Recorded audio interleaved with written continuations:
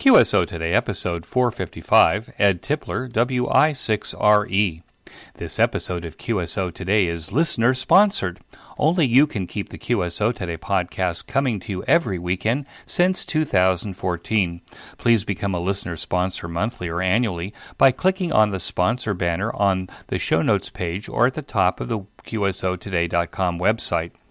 Welcome to the QSO Today podcast. I'm Eric Guth, amateur call sign 4Z1UG, where I demonstrate the diversity and relevance of the amateur radio hobby and its impact on society by interviewing ham radio operators, many of whom played vital roles in shaping our technology through the amateur radio hobby. And while many people might say, ham radio, do people still do that? This podcast demonstrates through in-depth interviews just how amazing, diverse, and dynamic the amateur radio hobby continues to be. This week I am in Sequim, Washington, visiting my elderly father, enjoying the beautiful weather and views. I also had a chance to visit the Clallam County Amateur Radio Club meeting for their monthly meeting last night. The meeting in Port Angeles was well attended, and I was surprised to see a number of newly minted amateurs in attendance. They discussed their field day plans, and while they plan to do some serious operating during the field day weekend, I was glad to see that they will be attracting their members and their families with food, a great field day site at the county fairgrounds, and a GOTA, G-O-T-A, or Get on the Air station. I also had a chance to make this week's interview with relatively primitive equipment. Ed Tipler WI6RE began his ham radio journey on a rural farm in Washington state and ultimately landed an engineering job at the China Lake Naval Weapons Test Range in California's Mojave Desert. Ed continues to serve his community of Ridgecrest with both commercial and amateur radio services connected by IRLP and Allstar. WI6RE is my QSO today. WI6RE, this is Eric, 4Z1UG. Are you there, Ed? WI6RE here. Ed, thanks for joining me on the QSO Today podcast. Can we start at the beginning of your ham radio story? When and how did it start for you? I'd say it was about 1959. My parents, for some reason, got me an experimenter electronics board that had I believe it was a 6SN7 tube in the middle of it, and a whole bunch of fan and stock clips, and then a handbook that showed how to use this packet of resistors and capacitors and other things were on that experimenter board to make an audio amplifier or a little low-powered transmitter. I could be a little broadcast station in the broadcast band, or CW practice. I remember those things. And so I started playing with that, and I was even more fascinated with electronics. And then in our church, there were a couple ham operators. You actually had a chance to visit a ham radio shack, someone's ham radio shack from church? Yeah. What was the hometown? It's a little place called Palouse, Washington, and it's south of Spokane on the east side of Washington State. And a very small town, about 1,200 people, and it was just a rural. We were cattle ranchers and a little bit of wheat and barley farming on our relatively small place. So, what happened after that? Did you make a connection with the ham radio operators in your church, and did that lead to some ham radio success there? What happened? Yeah, I did get invited along with another friend from school. His name was David. I'll just leave it at that. We were real close buds. One of the hams in our church, George Comstock, he's a silent key, but his grandson holds the call sign now. And W7CJ, Charlie Juliet. So he invited us to his station, which was fairly, common, small HF station. And then later, we were probably 14 before we actually took our novice test. So there's a lot of gap between my first introduction to electronics and us, David and I, going and taking our novice exam from George. What filled that gap? Were you involved in scouting?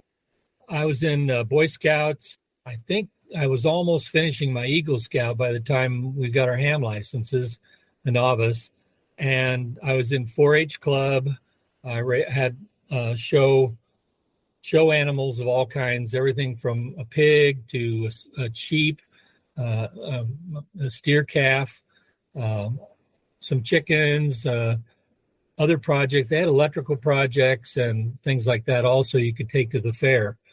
So I did all that, and I was also in FFA for, I think, only 2 years, but the very heavily agricultural background. Plus, on our farm, we found out that there was something called Citizens Band Radio. And my dad bought some radios to put in our big 2.5-ton truck and in our little Ford Falcon car and one Lafayette base station at home, and had a big, Omni quarter wave up on the roof with the drooping ground plane. And it worked great. It was a wonderful way to connect. And we also had besides our personal communications between our vehicles, we also put a CB set, a temporary one, in our combine, so that we could talk between the truck and the combine to dump the wheat into the back of the truck. So it was very quiet and it worked great. And we also had a fire net on another CB channel that if there was ever a field fire, we could coordinate, usually get a phone call, say, hey, get on the CB radio, we need help, bring water. The anhydrous ammonia company, that's a fertilizer, during most of the year, their tanks weren't in use. So they would let you borrow one of their huge, 1,200 gallon tanks, and you could put on the back of a spare truck. And that way, if there was a fire, you would go out and take your tank out there and start the motor and, spray water. So the CB radio was nice. And we could also check the roads because we lived 4 miles outside of town on a gravel road, and whether school was closed or not, and if the road was impassable, and we could talk to people in town on the CB. So that was another introduction. And then David and I decided to get our ham licenses, and like I say, George Comstock, W7CJ, gave us the test. After the test, he said, hey, I'd like you to hang around for a minute if you'd like to talk to Barry Goldwater. And so we got to talk briefly with Barry Goldwater, I think on 40 meters. So that was it. I had to get into ham radio. What was your first call sign? It was WN7GLB. And you were 14 years of age? Yeah, 14, yeah. You remember the year? 1964. Easy math from 1950. And I think Barry Goldwater, didn't he run for president against Lyndon Johnson? Was it in 64 or 66? It would have been a little later, yeah. Johnson was president when I was in college as a freshman. You're a little bit older than I am. I remember in elementary school that particular race. And it was well known that Barry Goldwater was a ham radio operator. Later working Mars, I think, between Vietnam and the United States, right? Yeah, and I became a Navy Mars in college. It was N0OSH. Before we move on from high school, in your town, was there an amateur radio club in your high school? Oh, no. No, we were the odd ducks. You were the odd ducks, so there may be just a couple of hams in your community and you and David. Yeah, I don't even know of anybody in high school or junior high that were interested in ham radio at all. What was your first station? What did you build at home?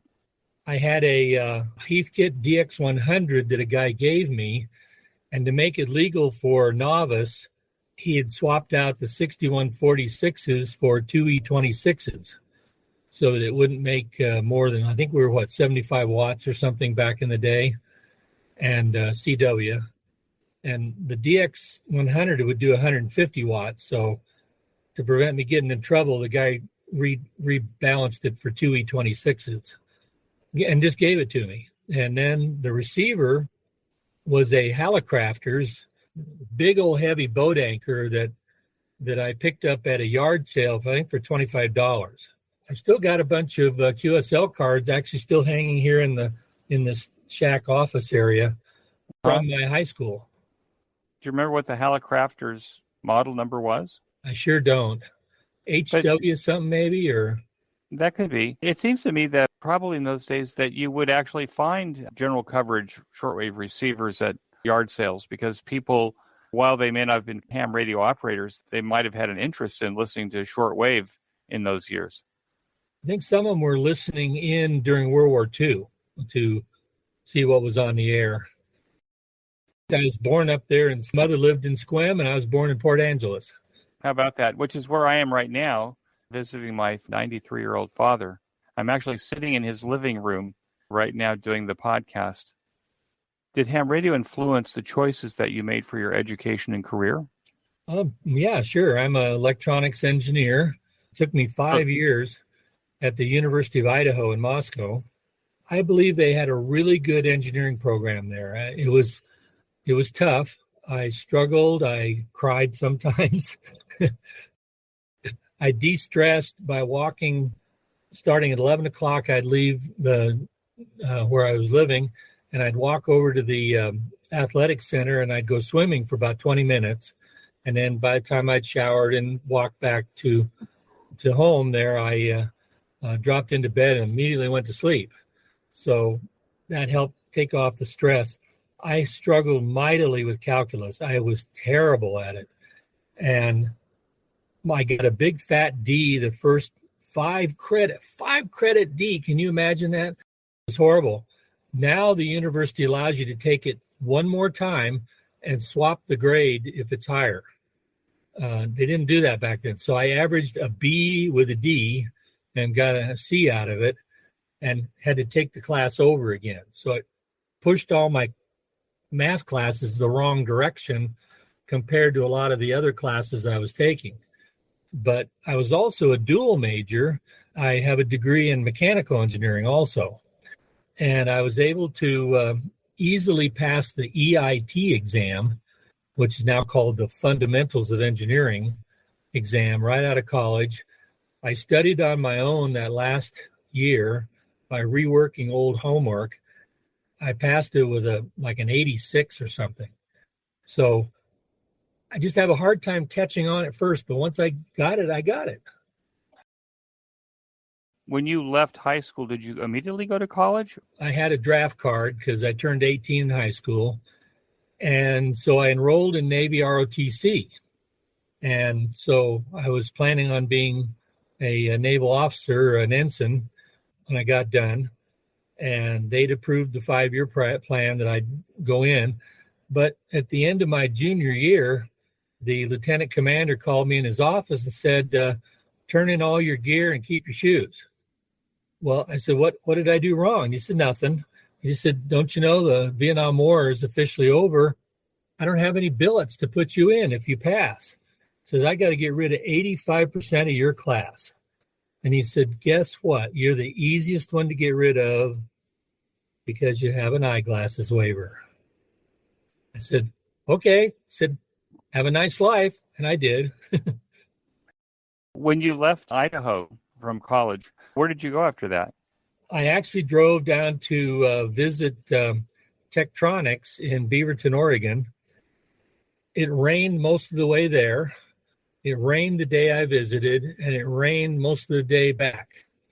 So I said, nah. I was intrigued by the surfing and California sun sort of thing I'd been watching on those beach blanket bingo type movies. I said, okay. And then there was this group that came up and did some recruiting at Idaho from this place called China Lake. And it was the China Lake Naval Ordnance Test Station. I said, well, where's that? And they said, well, it's in the Mojave Desert. And I said, oh, okay. And got lots of sun. Yeah, oh, yeah, it's nice and warm most of the year. They didn't mention it can get 115 degrees in the summer. So I actually drove all the way down to visit 1,100 miles during spring break. And the director of, what we call him, he's the personnel director, head of hiring. He said, well, the bachelor officers' quarters is full, and I don't want you to stay in any of the flea bags out in town. So you can come home and stay in my son's room in my house. I think anybody that knows the Mojave Desert, your spring break time is probably the most beautiful time in the desert. It was perfect. The weather was amazing. It wasn't August. No, it was wonderful. The grass was green, and I drove out of snow to come down there.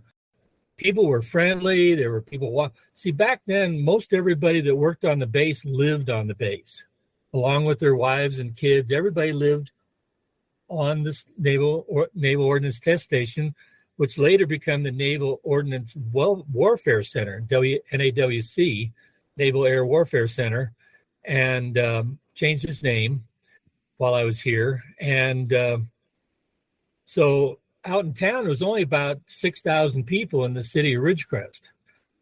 And I'll tell you, it was just a dumpy little town. But everybody was so friendly, and like most people walked to work.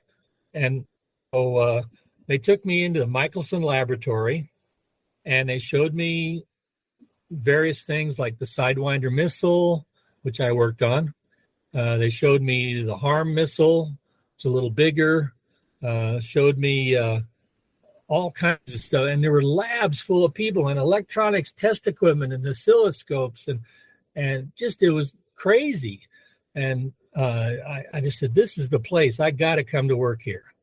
So I went back and I said, I'll go to work for you. So I hired on, and I made it down here on June 10th of 1974, a day that shall live in infamy. And it was 110 degrees outside. And I was living in my camper truck that I had used when I was working in summers up in Spokane, Washington. Luckily, I was told by somebody, oh, well, you better put an air conditioner in it. So I cut a hole in the wall and mounted an air conditioner, a little small one, a little window shaker in the camper truck. And then I went out and I found a mobile home park that let me rent one of their spaces, so I could hook up to the water and electricity and the sewer and all that fun stuff. So I was able to live in my camper truck the first year. I had no college debt. I always worked during college breaks, and I was lucky enough to get a electrician's helper job, which is also known as a gopher, G-O-F-E-R, go for this and go for that. So I worked for the R.A. Hansen Company that made all kinds of ditch digging equipment, canal paving equipment, highway paving equipment, and they also built the 1,900-ton gantry crane for the third powerhouse at Grand Coulee Dam. And I helped on all those things. Mostly I was running to get stuff for electricians, for the hydraulics guys, for the welders. You know, I kept busy. And I wanted to keep busy because I wanted to be able to come back again, you know. So it was a wonderful job. I got really, really dirty at night, too. Let's talk a little bit more about China Lake. I think China Lake is the largest military reservation in the world. It's the Navy's largest single handhold or land hold. How many square miles is China Lake? Gosh, it's a lot. It's big. It also has the main area, all kind of the one piece area that has the town and the lab down the bottom. And then it goes up into the QSO Mountains. I think I put my foot on almost every square foot of the North Ranges in the 43 years I worked for them. So I worked there a long time. I was out in the range department and worked on telemetry tracking antennas, tracking cameras, telemetry, other stuff. Let's see. I worked on RF targets.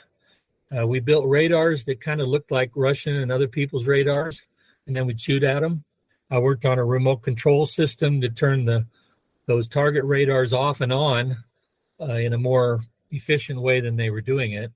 Yeah, I also worked in the RF targets group. We built several locations with emitters that looked like various kinds of our enemies' radars. And of course, they sell those radars also to other countries of the communist variety. And so these radars have different modes in them. There's like a volume scan mode. It's just kind of looking around. Then it says, I think there's something over here. So there's it'll do kind of a, check this out mode. I forget what it's called. And then there's a lock-on mode where it just we're getting high and high detail out of the signal. What is it? How big is it? How fast is it coming? And so the radar then is running a system that's going to shoot missiles back. So our problem is trying to sneak in, try not to get seen by them. So that's part of the testing. Sometimes we want to test to see if they can't see us, or if we can jam them. We also have jammers on board. A Growler is one of the airplanes that they call it the Growler. It has a jammer pod on it. And so there's all kinds of tests you can do in this business to make sure that our soldiers can go and do their job and then come back home. That's the whole point that we believed in here at China Lake, is we build the tools that will give our soldiers and our nation a victory and bring as many or all of our soldiers back. That's the whole point of our systems that we developed out here. Well, one of the things about, being a naval weapons range, that the Navy would shoot cruise missiles from the sea, and those cruise missiles would kind of come in the best way into China Lake, actually tracking them from the coastline in. You and I think, met each other almost 25 years ago, because I had a company at the time called PageTap, and I was building remote control switches that operated from radio paging signals. Can you talk a little bit about, it sounded like you had a sideline business at the same time, at that time when we got together, because you were going to control my switch from your radio paging system. What was that about? Yeah, we bought quite a few of them, even after it became Nighthawk. We bought a lot of them, and what happened was our video, we have these cameras that would park on a known location. It has a dome there that's got the geodetic coordinates well known. So we'd park the tracking camera over that, and a little plumb bob hangs below the mount. They call these KTMs, or Kineto tracking mounts. The operator sits inside of what looks like a tuning fork on a seat, and he's got a telescope he's looking through. And then on each side of the tuning fork are these two arms with all kinds of cameras on: infrared, film, video, color, black and white, all kinds of stuff that we were using to follow these guys. Well, the mounts are also instrumented so we know exactly what the tilt angle is and what the as angle is. Well, that gives you array in space. You know where you're pointed and from where. Well, then there's other ones over here, another one over here. And if you got at least three, you've got a sphere of uncertainty, because they may not all cross exactly with each other.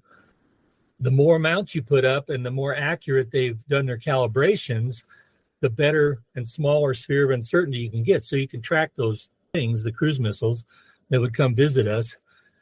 To get good calibrations initially, we were using like a large white dome and have the operator guess where the center of the top of that dome was. Well, that's not real accurate. So we had these orientation lights, and we started out with just 5 of them. But some guy had to get in his truck on Monday morning and go out and flip breakers and turn these things on if there were going to be any tests going that week. If there weren't any tests on Monday or Tuesday, then he'd go out on Wednesday, obviously. And then when there were no more tests, he had to drive all the way out there, go to every one of those lights, and that's about a 2-hour drive each time to turn the breakers back off and save those 1,500-watt bulbs. Ceramic type high-intensity lamp, 1,500 watt. Xenon lamps. Yeah. We called these multi-vapor lamps. They were expensive, and they had a lifetime to them. But once we had at least 5 of those, then if our trackers could all orient on the center of that light, they could then hit the computer and say, okay, we know we're pointed to that one. Now move to the next one. Okay, I'm on that one. My crosshairs are on it. Might move to another one, be offload. So hit the button. So we decided that it was dumb having to drive out there to turn them off. So I said, hey, in my trade magazine for my sideline business, I saw this company called PageTap. Let's buy a couple of them and see if we can make them work. And there was a paging company that was providing paging to the base. So we tested it using one of the base's the pagers. So they loaned us the pagers, and then we just cloned the cap code into the page tab. Everybody was impressed. Said, boy, we don't have to drive a 2-hour drive to go turn stinking lights off and on. So they said, well, gee, we could get some more accuracy if we put more of these lamps up. One of my friends had been looking at these anti-collision lamps on piers. They're about a 2-foot tall lamp, usually with a red glass and a 1,500 watt bulb in it. So he managed to see the nameplate on one of them. He called the company, and they said, well, we have this product. And he said, any chance we could get it with a clear lens? It had a Fresnel lens, so that the light, was like a high gain Omni antenna. The light wasn't just spraying in every direction. It was actually in a controlled pattern. So we weren't wasting a lot of light up in the sky or on the ground. It was right out where it was necessary for us to see those lamps. So we started buying more page taps, and I decided, I said, this is stupid, paying for a pager that has to just sit in a drawer. How about I buy a little desktop terminal from Zetron? So we put up a dial-up Zetron paging terminal, and I found a mobile radio out of one of our trucks that the receiver had gone out on it. So I used that for the transmitter, and I scrounged an antenna off an abandoned building. And so we became a paging company and changed the crystals, went to frequency management and got a actual frequency that we could use legally, one of the Navy frequencies. And so I changed the receiver boards in the page taps from the Keynote pagers, and just worked so well. I just said, let's start putting all these up. So I think there's about 15 of these lights now, all with either page tap or Nighthawk controllers. And now this mid-show break. You can keep the QSO Today podcast commercial sponsor-free by becoming a listener sponsor yourself. For $10 a month, or save 20% at $100 per year, you can become a listener sponsor. I'm now recording the QSO Today podcast as video interviews that are available only as a benefit to listener sponsors through our QSOTodayCommunity.com website. As I develop the sponsorship tier, I will add bonus content for listener sponsors. The benefit of listener sponsorship as an alternative to commercial sponsorship is that commercial sponsors influence the content and comments in the podcast. Commercial-free allows a greater degree of freedom to discuss any ham radio subject without commercial consequence. I have eliminated all commercials in the QSO Today podcast from episode 445 on, with the exception of the Ham Radio Workbench podcast, as I think it is a serious asset to a well-rounded ham radio education. I'm not using Buy Me a Coffee or Patreon anymore, but my own system for managing the community that could form out of the podcast. I direct you to the sponsorship section of the show notes pages beginning with episode 444, where I list all of the contributors to the podcast since 2014, including sponsors, donors, and hams who have paid for the transcriptions. There is a new section where I list the most recent sponsors and donors over the last 30 days. This list is generated automatically from my membership system. Walton Stinson, W0CP, $100 annual. Rick Schwartz, K8HEF, $100 annual. Listeners who made donations this week are William Strand, AG5ZN, $200.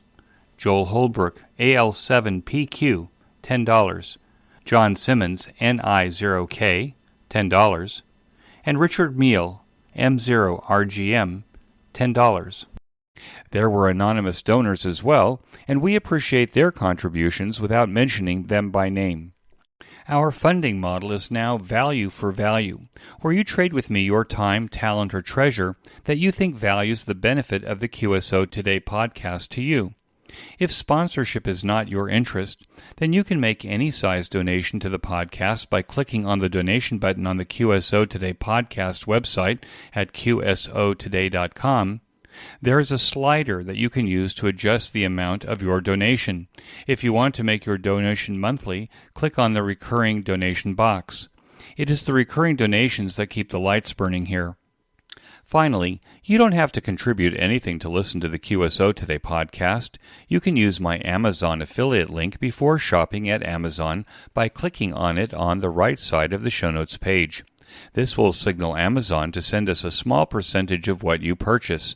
This is the most painless way to ensure that QSO Today will be here next week. I want to thank everyone who has contributed and will contribute to my effort to create this oral history of amateur radio since 2014. It will eventually all be in the public domain for hams in the future to enjoy. Be sure to become a listener sponsor or make a donation today. And now back to our QSO Today. How did ham radio fare in the desert during those days? Were you an active ham in those days? Yeah, when I got here, they were using AM with those lunchbox. Goonie birds. Yeah, the Gonsets or the communicators or the Heathkit tours. Yeah. Couldn't hardly talk across town with them. You know, it was terrible. They were trying to run an emergency net. So I bought a, HW101, I think, 2-meter kit from Heathkit, a little crystal mobile rig. And I built that after hours at work and got on 2 meters, and immediately there were a couple guys on 2 meters already, FM, on 146.52. I get my commercial frequencies all mixed up with the ham stuff because I'm actually still in business here, sort of. But, and they were there. So eventually there was a ham club formed. Pretty much everybody put the Goonie birds away, and everybody got on 2 meters. So there were about 5 of us that, doggone it, you know, this simplex, you know, it's not so cool. So we went to the Navy, and when people first moved out here in the 1950s to come to work for the base, there was no TV service at all. The Los Angeles television signals didn't make it out here. So a group called the TV Booster was formed as part of the China Lake Community Council, and they got permission to use the Navy's mountaintop about 10 miles south of Ridgecrest in what they call the El Paso mountain range. And they built a TV booster. And what it was, they put on the south side of the mountain, they went way down the side of the mountain, they built a rack and put antennas for the VHF Los Angeles stations, and they put cable TV amplifiers on them, and then 500 line up over the top of the mountain and over to the other side, you know, about, 1,000 feet of cable. And then they put some 2-watt cable TV amplifiers and a bandpass filter and an antenna and blasted the channel 2, picked up over the mountain just as is and bounced it out through the amplifier into the air. Well, there were no rules in the FCC for boosters in those days. So it ran for a number of years, probably 25 years, before the FCC finally put in rules.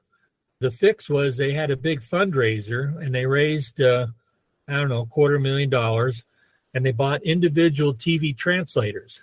So then they put channel 2 on channel 57, channel 4 on 59, channel 5 on 61, had a group of these transmitters all in a row in the building. So we went to the TV booster and the Navy, since it was on Navy property, and we said, we'd like to put up a ham repeater. And so I got a right-of-way through all the right people, and they gave us a right-of-way. We even had to buy liability insurance because we were in the TV booster building, even though we ran on 12 volts. I went and applied for a repeater license, and it was WR6 AMZ. That was our first 2-meter repeater for out here. We started out, the repeater was originally a VHF engineering kit. We built the receiver and we built the little 2-watt transmitter, I think it was. And that's what we went on the air with. Originally it was 2 watts. Then we bought the power amplifier kit and got a whole 25 watts. But we were actually written up in 73 magazine for our the high quality and sensitivity of our little system. We had a preamp built by a local ham that was an RF expert, and it had a gas FET transistor in it, and we had a crystal filter. The crystal filter was very narrow, and then of course we had a couple cavities on the transmit side, and was used split antennas. The transmit pair was a pair of 4-element Yagis, Crushcraft or Cushcraft, and they were spaced a wavelength apart vertically and fed in phase, one south, one north. And the receive antenna was the first one was a Ringo Ranger. The only problem with the Ringo Ranger is it has kind of an up-tilted pattern. You're on a mountaintop, you really don't want an up-tilted pattern. You want a down-tilted pattern. Actually, right? the repeater started working really good one day. You could get in with low power instead of the full 4 or 5 watts. So we eventually went up to the hill just on a maintenance trip. Maybe it was even for the TV booster. Looked up to the top of the wooden pole that was already there, but had never been used by anybody. I actually drilled and put in those pegs to walk on, the climbing pegs. I looked up there, and the wind had busted the TV mast off, and it was hanging upside down. So now we had a down-tilted pattern. We eventually replaced it with a 6 dB gain antenna that we ordered special with a 2-degree down tilt. And I was the tower monkey back in those days. But politics tends to creep into everything. Story's too horrible to even recall, but I got personally attacked. And people wrote poison letters to the base commander, calling us everything except nice. Said that we were violating the rules, that we had a phone patch on it, one of the first phone patches around. And it wasn't easy because we didn't have touch-tone dialing in Ridgecrest. So a couple of us built a touch-tone to rotary phone patch. Right. We bought it. We picked up a Western Electric 247B central office decoder from a company called JJ Glass in the San Fernando Valley. And we interfaced to the cards, and we just pulled out the row and column. We didn't use the combinational logic that was on the output of it. We then ran that through some buffers, put it into a lobby dialer. And what this lobby dialer, then we used little relays to close the row or column. We rewired to the switches on this lobby dialer. It was made by a Canadian company called Sandbar. It had some long distance lockout and it had too many digits lockout. And we only had 2 prefixes locally, the 9 for the base, 3 for the south side of town, and a 4 for the north side of town. So we only allowed a first digit of the 7 digits, 3, 4, or 9. And so all you had to do is hit star up and pound down. So you hit the star, click, and dee. And down in town was where the actual phone was. The haters said we were using the Navy's telephone that was at the mountain. That was not true. But we kept that a secret that we had a full duplex 220 link. We bought a couple of those little Midland 220 radios that were available in 1976-ish time frame. And we just used some simple filters and split antennas and didn't use the power amp. We only used the 200 milliwatt board. And so we used the 220 link to get the audio down to a rack in my bedroom. When people were talking, of course, the cards would go rattle, rattle, rattle, rattle, rattle, rattle, rattle, rattle. But they wouldn't decode because, actually, there was one more chip in the way. We put a keyboard chip that required 100 clock cycles before it would output a binary code.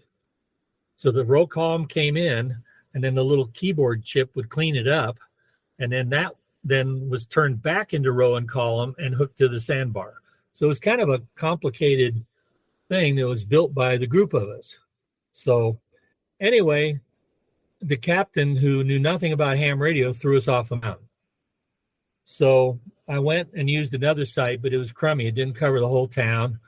And there I was having to pay rent to the people. Well, I got mad, and the little club we had surrounding our repeater fell apart. So I got mad, and I had gotten some money from my grandmother's estate, and I spent it all to build a building of my own on a place called the El Paso Peaks Electronic Site. I went to the Bureau of Land Management, got a right-of-way, and we put up initially an 80-foot tower and a single-story concrete block building. And I sent you a picture of that. Later, we added the second floor and added all the way up to 139 feet. So that's the business side of the house, but it was built for the ham radio. So I put the repeater up there, and then I added a UHF with an RC850 system, and I had all those different band units. And so you could do all the beep, beep, beep, beep, beep, beep, beep, and then it would hook you to 2 meters or 220 or 1200. I had band units for everything I could afford to buy. So that was pretty popular. So you got yourself back up on the air, and how was the coverage?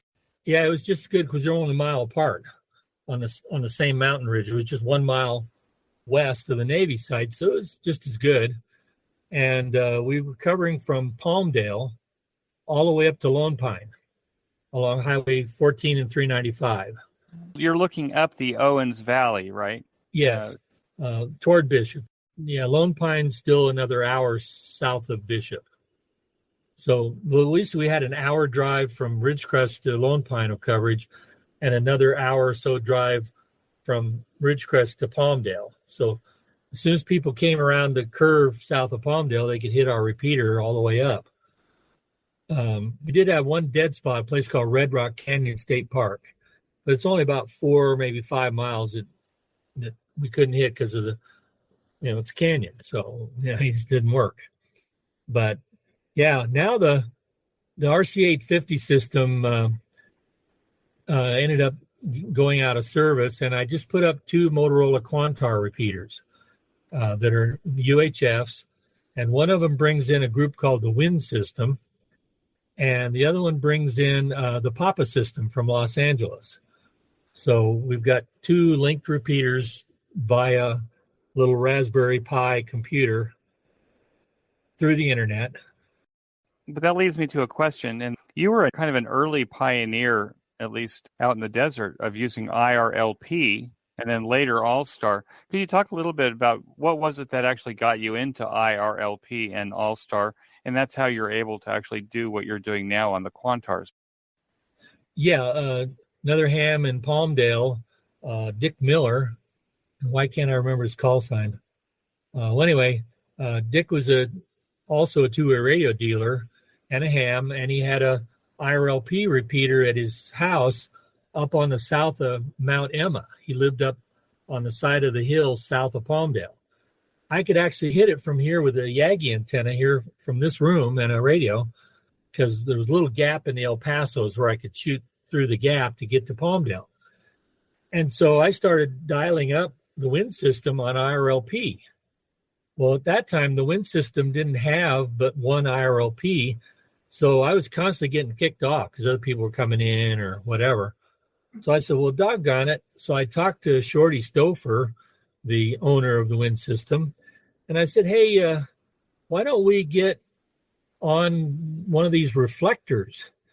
And there was a guy in Las Vegas, the Western Reflector, that said, yeah, sure, we'll give you sub-channel 5 on our IRLP reflector. Well, all of a sudden, then I could connect to the reflector through Dick Miller's radio. I could be on the wind system there, but my own repeaters just were local here. They weren't linked at that time. So eventually I said, gee, why don't I just put an IRLP on the repeater? It's sitting there quiet most of the day. And so I brought in the wind system on the mountaintop UHF repeater, and then other people started using it, and there was always lots of traffic on the wind system. eventually the wind system started growing like crazy. With the IRLP, people were connecting all over the place to that western reflector, 9250 or 9255, I think. And eventually there was so much connection to the wind system that the owner said, I can't hold you anymore. I don't have enough capacity. So we moved to the Midwest reflector, a 9350 reflector for a while. And now the wind system has 9100, a brand new reflector all their own. So they can handle all that stuff. WH6FM in Hilo, Hawaii, built that reflector in his family business system in Los Angeles. They have a server farm. And so he just let us have a couple blades for IRLP and Allstar. So I didn't have to use Dick Miller's IRLP anymore all by myself. I could now let the whole valley use my UHF on the mountain to talk to the wind system. Then later, when I was down in LA for some other stuff, I discovered the PAPA system, the old portable auto patch association that had given up auto patch a long time ago, and they were just adding linked repeaters. So I replaced an old GE Master 2 with the Motorola Quantars, and they're in service now, and they now carry the wind system on one of them and the PAPA system on the other one. So yeah, so that kind of my little gift to the local ham community. But I have another little project that I want to be able to offer interconnected repeater in case of a disaster. We had 2 really nasty earthquakes here 3 years ago. It caused $3 billion worth of damage to the China Lake Navy base. Wiped out half of their buildings. If they didn't actually fall down, they were red tagged. So they've rebuilt most of them by now. Huge building effort. Contractors living in portable cities out in town. I have a Starlink internet here in my workshop. I have a 3.4 gig Ubiquity link in the ham band, nice and quiet. And I'm linking the Starlink up to the mountain. Unfortunately, I had back surgery and it interfered with getting the job done. I'm going to move the RTCM interface on a 2-meter repeater I also have up there. The RTCM is just a dumb front end. It doesn't have any smarts other than it calls for the mothership. So it always calls out. That's an Allstar interface. A guy in Las Vegas makes them. But anyway, with the RTCM, it looks like when I hook it up with DHCP, I'll have to change the public IP that's in it to a DHCP setting. It'll then connect through the microwave link down to the Starlink, up through Elon Musk's satellite thing down somewhere and join the internet and find the server in Santa Barbara that then connects to the wind system. Or actually, we can dial around anywhere we want. I have that one available to the local ham club because they have a local 14700 repeater that just covers the valley because it's actually here on the valley floor about three blocks away from me. And so it's great coverage. It's a good repeater, but it doesn't cover some parts where our club supports like horse rides, and there's a run with the burros thing that they help check, everybody at the checkpoints, make sure nobody dropped dead between checkpoints, provide water, some shade, whatever they need, and call in that, runner number 259 is here and he's leaving, and then et cetera, et cetera. So that's the club handles a lot of these things, and also some bicycles, guys that bicycle out through all these little desert trails, and then they check in and move from station to station on the course. And a couple of those locations can't hit the 147 repeater. Since it has actually Allstar in it, we changed my repeater on the hill to connect to their repeater. So now the people that are in the shade hooked to my repeater and still comes out on the one on the valley floor that everybody else is using. I want to take a minute to tell you about my favorite podcast, the Ham Radio Workbench Podcast, with George, KJ6VU, and now joined by Rod, VA3ON, Mike, VA3MW, Mark, N6MTS, and Vince, VE6LK. Every 2 weeks, George and company offer up a status report on the many amateur radio projects on their workbenches and explore projects on their guests' workbenches. This group is project active and prolific, covering many technical areas of amateur radio. So the next time you want a deep dive into ham radio electronic project building, or to learn about technology, tools, test equipment, construction techniques, and the rest, listen to the Ham Radio Workbench podcast, available on every podcast player and channel. Use the link in this week's show notes page to get to the Ham Radio Workbench podcast directly. And now back to my QSO. So, Ed, it seems to me that right now I'm up in Squim. I kind of go through the various 2-meter repeater channels and the UHF repeater channels, and there's nothing. There is no activity at all. Do you advocate for putting a system like the Wind system or Papa on the local repeater actually just to create traffic? That traffic actually benefit the local community being connected to it? Well, the assumption is I'm wasting a lot of money. Yeah, there's people, some of them they just listen. They never get on and talk, but they listen. And unfortunately, I'm almost in that mode myself. But I've got, I have a workbench in the next room that has about 12 mobile radios mounted under the shelves. Right. I monitor the 3 repeaters. I monitor the Papa system, and I monitor the local ham repeater. And I also have 2 GMRS repeaters I put up. I lost 2 commercial customers, and these nice Kenwood repeaters are sitting there in the rack, 460 megahertz channels. So I took the laptop up there and just changed them to GMRS and retuned the filters and said, hey, open repeater, and listed it on mygmrs.com.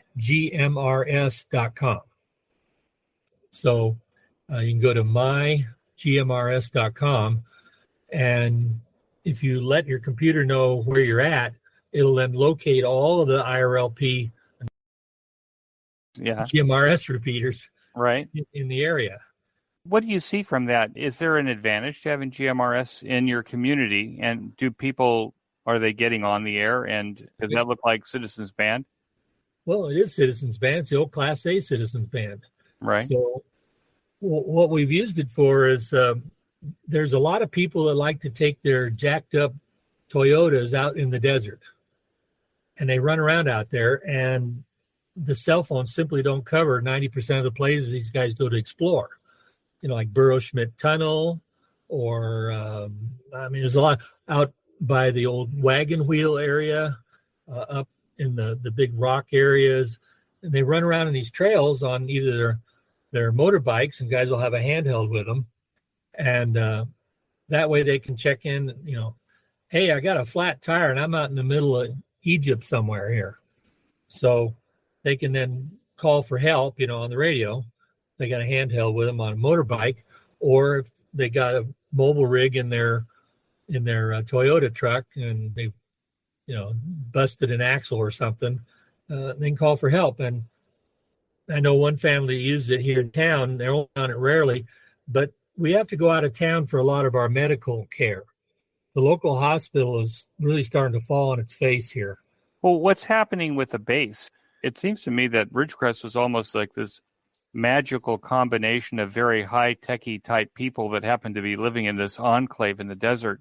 Is it changing? Is the base as active as it once was? Did the earthquake, because of its $1 billion worth of damage, cause the base to kind of shift gears and change its staffing?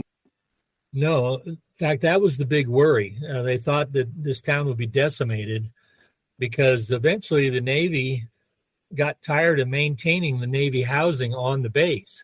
And so they started jacking the rates up to force everybody off. Then they bulldozed 1,100 housing units. And so they got rid of all the housing except for military. They got rid of all the civilian housing they used to offer. There's just now streets with nothing. There's streets out there where it used to be trees and kids and bicycles and houses, and it's all gone. It's flat desert now. And the worry was when Washington, D.C. heard about all the damage to the base, there was some thinking that they'd say, well, rebuilding all that just for a bunch of scientists to sit around doing research and development, we can have them do that at Point Magoo, Patuxent River, pick a place. We could just say, your job is no longer here. It's somewhere else. You're going to have to move or quit or whatever. That was the fear. And then it would only keep the ranges, only the people that actually worked in the testing areas. But for some reason, they went ahead and said, no, we're going to kind of keep China like the way it's always been, research and development and a testing range together. They got the funding and started rebuilding, and everybody kept their job. And I had just retired. It was a 6.4 earthquake on the 4th of July 3 years ago. And then the next day it was a 7.1. And I lived about 5 miles from the epicenter in my house here. We had no structural damage, but my wife lost a lot of china. I'll tell you, all her sit pretties hit the hardwood floor or the tile floor. And so there was a lot of damage. And out in town, there were a lot of 1950s trailer houses just sitting on jacks, and they bounced off the jacks, pushed the jacks up through the floors. But part of the damage, I think, in this town is we're sitting on an old lake bed. So my theory is the top of the lake bed is nice and solid. Underneath it is jello or pudding, something. And so when the earthquake happened, it's bouncy, bouncy, bouncy, bouncy. Well, where I live out here, I'm about 300 feet above the old lake bed floor on an alluvial fan that looks like a finger. And so it came down from the south, and I'm sitting on the westmost finger. And so that compacted sand, gravel, and clay and rocks, I think it had more inertia to it, and we didn't shake near as much. Anybody that's grown up in California, as I did, remembers the earthquakes. I remember the February 9th, 1971 earthquake that in Northridge. What a ride that was. Same with the landers. It was later down by Victorville. We felt the landers up here big time. We should talk more about ham radio. Are you operating HF? I saw that you sent me a picture that you've got an old Nike test trailer that I guess has become your ham radio shack, and you've got some HF antennas. What are you operating on HF? Well, I've got a Flex Radio 6700. I just had to have it. So I got that, and I got a couple other HF rigs just as backups. An IC, 7300, I think it is. I'm trying to use that with WinLink. The Flex Radio is way smarter than I am, and I have a hard time running it, and I made a lot of mistakes. So it's a great radio. I love the waterfall displays, and might have been one of the screens might have shown the waterfall display. Yeah, that's when I can get out there. It's I haven't been out there much because of the back troubles I had, but got some awfully wonderful surgery at USC Keck in Los Angeles. And so now I'm the bionic man with 2 titanium cages, 6 screws, and 2 rods in my back. So, and I can walk again. You've got radios that could easily be remotely controlled, so you could probably run those from inside the house rather than... I could get a Maestro unit and do it easy, or I could, load the app on the computer and get in.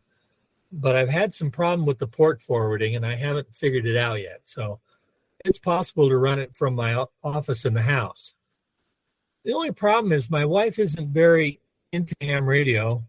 And so if we're in the car together, she won't let me use the ham radio. said that it makes her head hurt. The voices, the voices in the box, and so the only thing that I have ham radio operating in the house is the twice a week nets on our local club repeater, Monday night and Wednesday night, and I have a little cheap Baofeng radio that sits next to my recliner, and she lets me check in on that because she's interested in the various people. Because when you check in, you're supposed to tell something like, how was your week, So she likes to listen in to that because there's 3 female ham operators that get on. So she's always interested in what the women think. But otherwise, no, the wind system, no, I'm not listening to that with around me. You turn that off. Papa right. system, no, I'm not listening to that. So I have to use those in the car when I'm alone in the car. It seems to me that you're still pretty active in ham radio, even with the physical issues that you've had. Is there something that we could do that would attract more people to the hobby these days? Out here, it's kind of the disaster preparedness issue that's there. Also, the Mormon community is running their own training. They more or less don't seem to talk to the regular club people, but I know it was much like when I was helping with the Boy Scouts here. The Mormons kind of run their own little Boy Scout system too. So they've also got ham radio training, and they believe in the disaster preparedness aspect of ham radio. They've been, quite a few of the licensees are fairly young, and they're folks from the Mormon community. Even if they're not talking to the rest of us, they're out there. And I'm sure that if we had another disaster and we had to set up a disaster control point, I wasn't able to help much during the earthquake aftermath. It got set pretty quickly. The services, the electricity came back on, and the internet came back up, and the cell phones came back up. But the police department and the county have a microwave system from Bakersfield over to here, and their system remained on during the aftermath of the earthquake. Their building is about 400 feet south of my building up on the mountain. So they stayed up. So pretty much all the official emergency services, all the utilities, their radios all stayed up because they do their own thing. But out in town, the cell phones were dead, the internet was dead, and power was off for a day and a half or so for some people. But the electric company did good. They actually brought crews in from outside the area, and their trucks arrived up here and started fixing the problem. So kudos to Edison Company. So the way you see it is using Elon Musk's Starlink then is a way to give you that backup internet infrastructure in the case that you have a disaster and the terrestrial stuff goes away? Yeah, that's exactly my thought. And since the Raspberry Pi, I didn't want to have to mess with it. And since the RTCM is such a dumb piece of equipment, it has one job, and that is to digitize the audio and then to find the mothership. So I thought, well, and it's the 2-meter repeater, which is sort of it's kind of the stepchild repeater on the hill. It gets little or no use. So it just sits there and blabbers the wind system. But like I said, a lot of the hams will listen, but they just don't talk.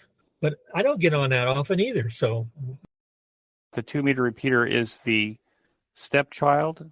Yeah, it's kind of the orphan. It's there, but nobody seems to pay much attention to it. Whereas the UHF, that's the one, they're the 2 hopping repeaters. That's where it's at.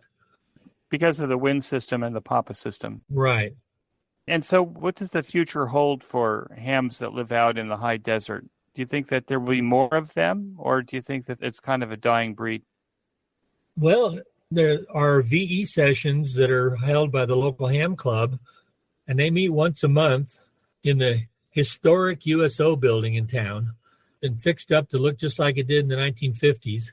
So they meet there, and it's got a turnout, good turnout. 35 to 50 people will show up.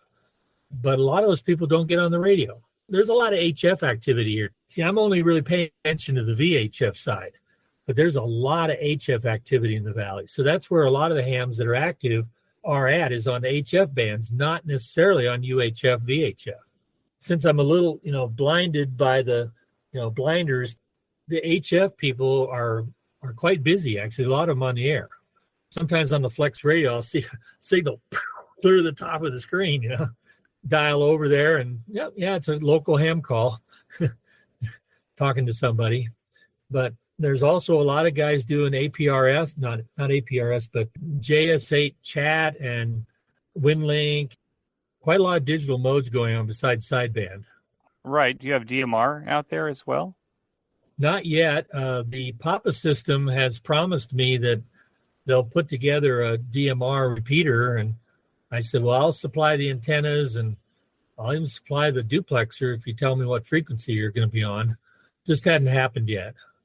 And then a guy in Lancaster has a 220 repeater, a complete 220 with IRLP and everything, that's sitting in his garage. And I keep trying to get with him. Come on, let's go up to the hill and mount it up there. The roof of my building, I call those the cheap seats. That's where all the ham radio antennas go, is around the handrail of the building. The handrail is made out of 2.5-inch pipe, so it's pretty sturdy, and welded cross arms, and then you can add antennas on top. And so there's places, and you can even add antenna pipes between them by using crossover clamps. That's what I call it. The cheap seats is where the 900 repeater is, and where the 220 would be. And so anyway, I just said, let's get together. We'll go up to the hill, we'll put it on the air up at my hill rather than sitting on a shelf in your garage. So now the problem is my wife got breast cancer and just has come through that tunnel. And our two sons were here. The one that lives out of town, he came and visited for 3 weeks to help during the radiation treatment trips. And so they got all scared. Oh, God, parents are going to die here pretty soon. And they want us to have a better will than we have. And then I've got the complication of this business, which is a standalone corporation. I have a standing offer to sell the mountaintop to a company in Los Angeles that actually has a trunking commercial system in my building. They're paying me rent. So was that Mark? Yeah, Mark, the MRA Raycom. Mark Abrams, a ham. I've known him for almost 50 years. I used to take the Gonset Communicator newsletter that used to come out. It chronicled all his, peninsula, the Palos Verdes. What a horrible situation he went through. But yeah, Mark's been here in my workshop, and he built out Inyo County recently, so they've got his system now providing all the radios for Inyo County. So now on one radio, they can switch from, sheriff to, nuisance deal, whatever other deals were scattered on VHF, UHF, repeaters, non-repeaters. It was a mess up there. So now it's just one radio, just click, pick the department you want to talk to, and there they are. Ed, if you had advice to give to newer returning hams, what advice would you give them? There's plenty of good study guides. I like the W5YI series, and I've bought a number of them and given them away. Study you can do at work or at home, get a new license. Then also, I've given away quite a few Baofeng radios to some of these guys. I said, you don't need to spend a lot of money to actually have a lot of fun on ham radio and make some friends or connect with friends that are already hams. A little Baofeng radio, $40 or something. I bought a whole case of them. Actually, what happened there was our church helps a hospital in a terrible African country that prefers to remain unnamed because of the missionary aspect. But they built a beautiful hospital out in the middle of nowhere. People were lined up outside to get medical care, and they needed some kind of communications. Well, somebody built a clever repeater for them out of two Baofengs. And their one Baofeng listens on VHF, and the other Baofeng transmits on UHF. So they just use a dual band antenna for the repeater. And it only runs 4 watts. And a diplexer. Yeah, and a diplexer. You could use the Baofeng radios then as the reverse, right? Yeah, you put receive and transmit opposite. And what happened was the guy that programmed them used chirp. He left about 40 other channels that came with the radio in there. He didn't lock it out. People got on the wrong channels. The radio's working right. So one of the missionaries was coming back here. So they brought everything. They brought the repeater and they brought all the handhelds. And I had them here in the shop. And they said they needed some more. So I bought about 20 more Baofeng handhelds. And it's in the ham band because there's no FCC. So they just picked 2 channels. It's been very quiet. And so the Baofengs that were damaged for some reason, I stripped everything out of them except repeater and direct. And I made it, and now the keyboard also locks.